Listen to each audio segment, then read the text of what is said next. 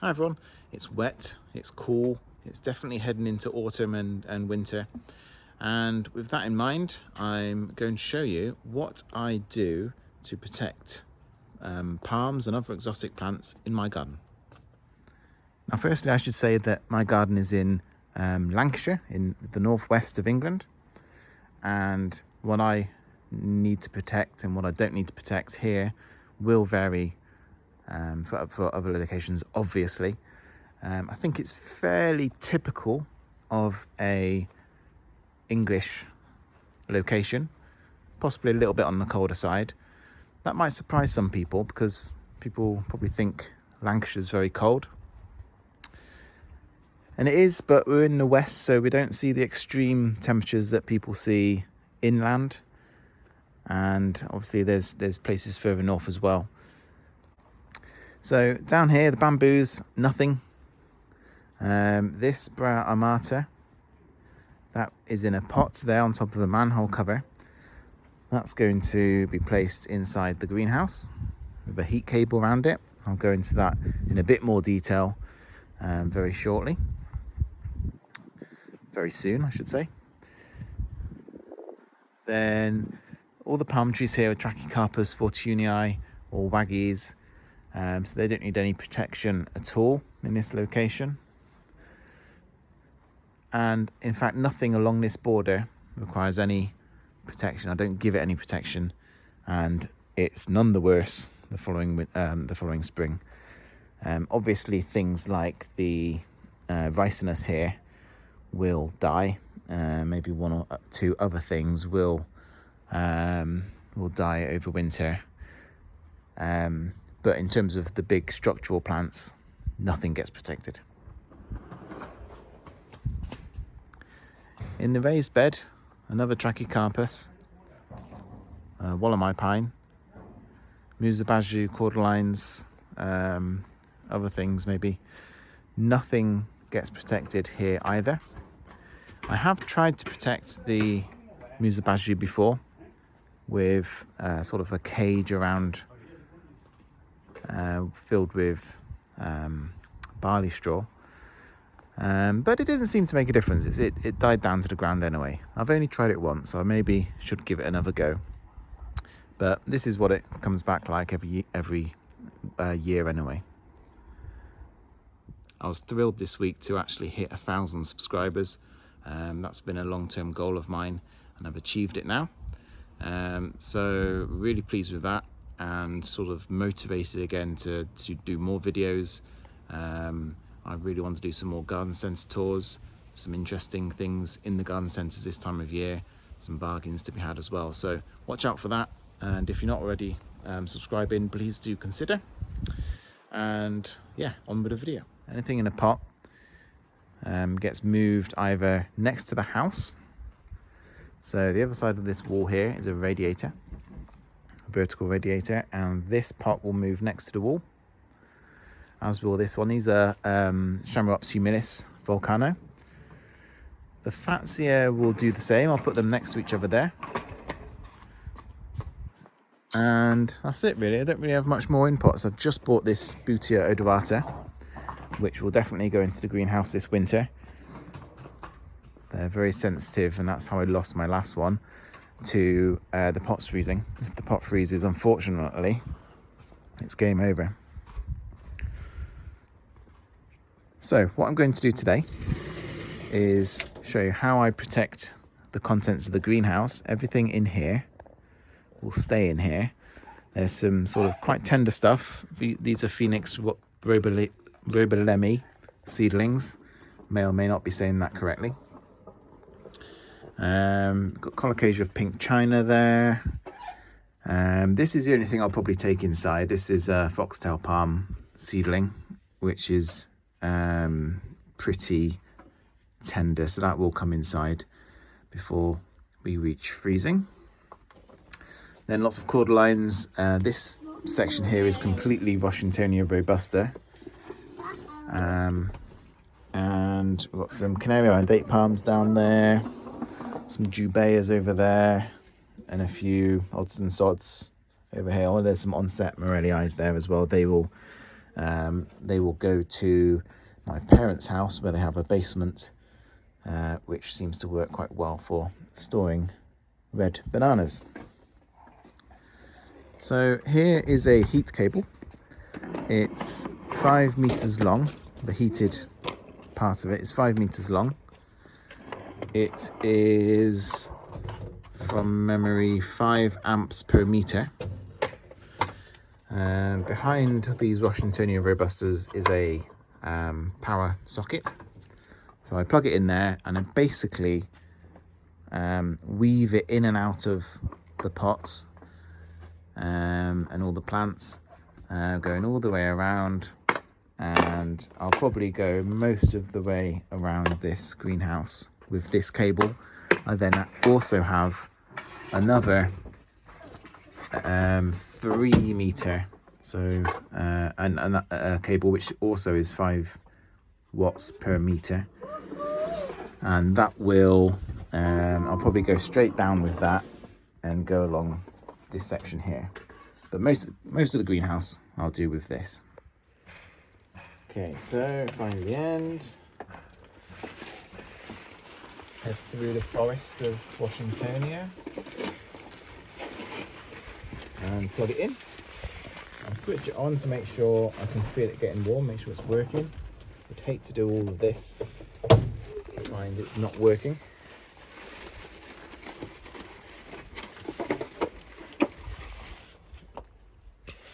And it's also good to turn it on so you can feel where the heated element actually starts. Actually, it's not needed on this one because there's an obvious point, but on my other cable there's no obvious point. It was marked, but it's gone. But I can already feel that this section here is hotter than this section, so good news, it's working. I'll leave it on whilst I finish, or whilst I wrap it around all the plants.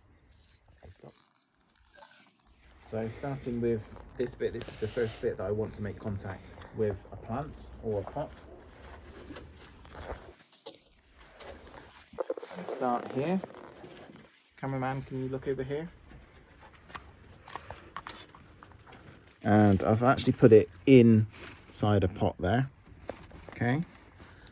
And that is now, I'm just going to wrap it around here. Okay, so I've started the heat cable off, and I've gone from the back corner to the front corner, and then I'll probably go maybe to this one here.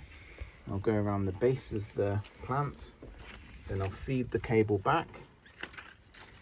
And the aim here really is to touch every plant or every pot, because heating the roots of the palms is also really good, and by doing that it should mean that every plant is, well, it isn't far at all from the heat because it's touching it. So I've now gone all the way to the back, so I've got like a 30 centimeter section here where I've gone down the side, along the front and back. Now I'm going to go along the back to the front, along the front, back to the back. Okay, so I'm now back at the front. This one's getting touched. This one's already been touched, as is this one and this one. And all of the palms so far are being touched either on the plant itself or the pot. Okay, so I've finished weaving the cable in and out of all of the pots. You can see the sort of path I've taken there.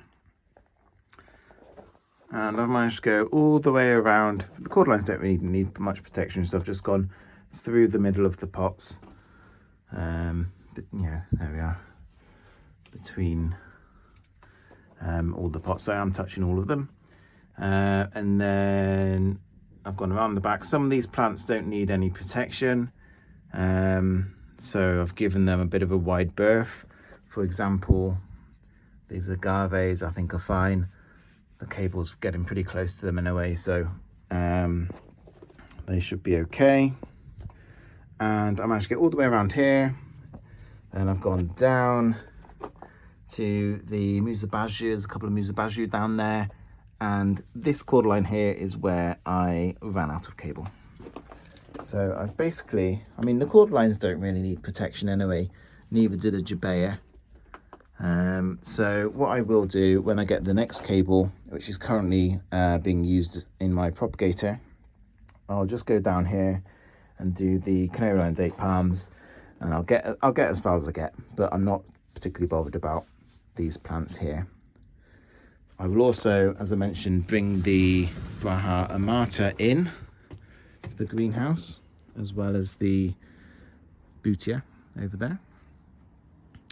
And I've actually got some space, so you never know, I may pick up another bargain or two before winter's really here.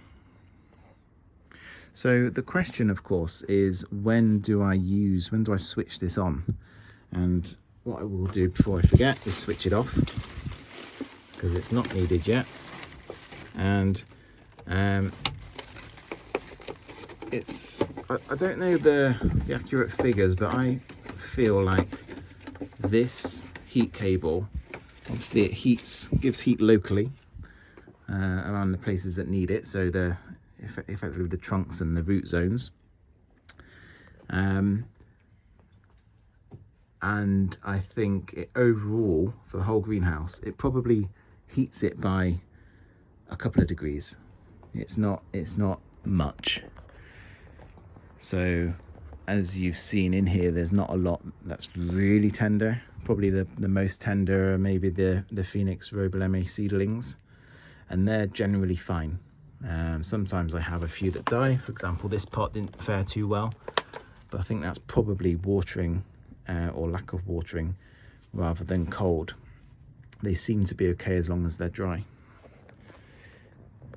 So really, when the temperature is forecast to be freezing or below, I will come out at night and I'll flick the switch on, and then the next morning or at some point the next day when it's above freezing again, if of course it does get above freezing, I'll come back and switch it off. And that's been quite successful for me. There are a couple of things to watch for. One is anything that's touching the glass. So you can see these leaves here touching the glass. They will go brown because they will get super cold and get sort of cold damage on them because they're touching the glass. So what I may do before the proper cold gets here is just go around and move things away from the glass where I can. I don't expect to be switching this on for another month or so. Could even be very close to Christmas before it needs switching on. And now, what's the cost of using this method of protection? It's very low. So we've got 40 watts of power being used when the cables are switched on. That costs around about a penny an hour. So overnight could be maybe 10p. I'm actually, because I've got an electric car, I'm on a cheap rate overnight, so actually it would cost me maybe about 2 or 3p a night, which is really good. But then a penny per hour during daytime. And so yeah, it's really cost effective.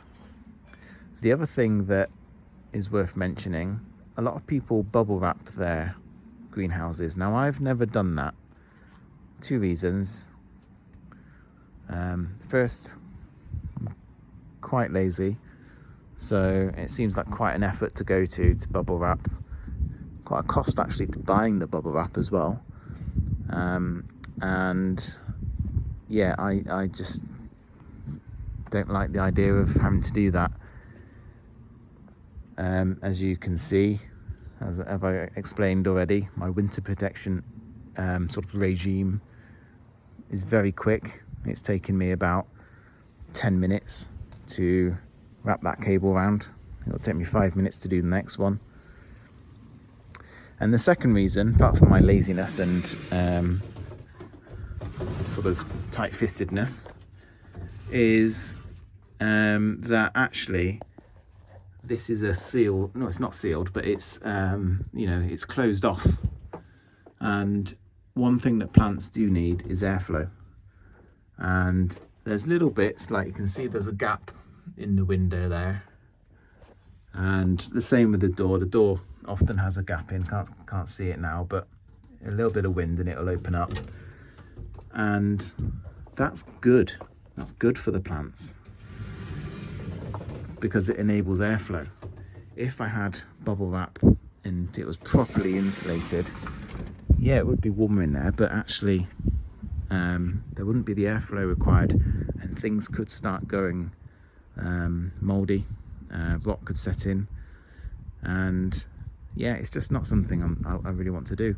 As I mentioned, I've done this, actually I've done it for about 7 or 8 years now, and it's been really effective. I lose hardly anything.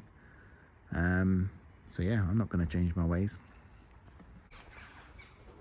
So to summarize then, the winter protection in my garden is very basic, very minimalist, and it comprises of putting cables through the greenhouse and shifting the pots. Any pots that aren't next to the house go next to the house. If it's something particularly delicate or particularly valuable, then that will earn a place in the greenhouse. And actually, because I do seem to have a bit of space left in the greenhouse, I may end up putting some of these pots, which should be fine outside, these Fatsias and Chamaerops, I may put them in the greenhouse because I've got the space. But they won't need any heat, I really don't think. So that's it from me. Thank you very much for watching, if indeed you still are.